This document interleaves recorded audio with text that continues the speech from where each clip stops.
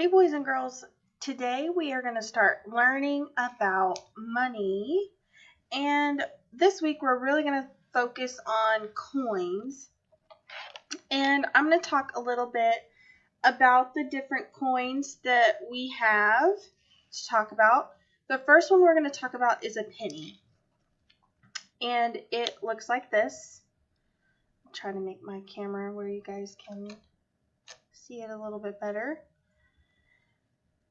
It's copper, or it kind of looks brown sometimes, and all coins have a front and a back. So the front of our penny has Abraham Lincoln on it, and it looks like this. And the back of our penny has the Lincoln Monument on the back, and it looks like this. So there's the front and the back. A penny is worth 1 cent. So if I wrote that down, I would say 1 cent. I can also use the dollar symbol, which looks like this, and we have a decimal. A penny's worth 1 cent, but there are 100 cents in a dollar, or 99 cents in a dollar, because once you get to 100, it's a dollar. So I would do 0, 1 for my cent to show it as a penny there. I could also write it as 1 cent. Okay, a nickel is the next coin we'll talk about. And it looks like this. This is the front side. And here's the back side. It is silver. So penny is copper and a nickel is silver. A nickel is worth 5 cents. So I would write it like that. And I could also do it in words, 5 cents. And when I do my dollar symbol, I would have my decimal. So if I had any dollars, it would go before the decimal. And then 0, 5.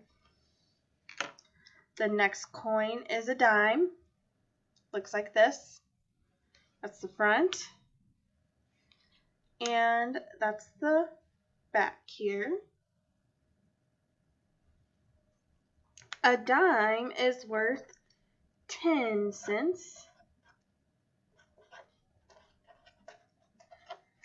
And when I do my dollar symbol, I'll do it.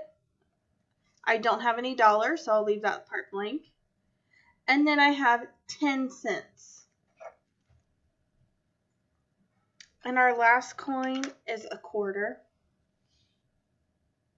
That's the front. And here's the back.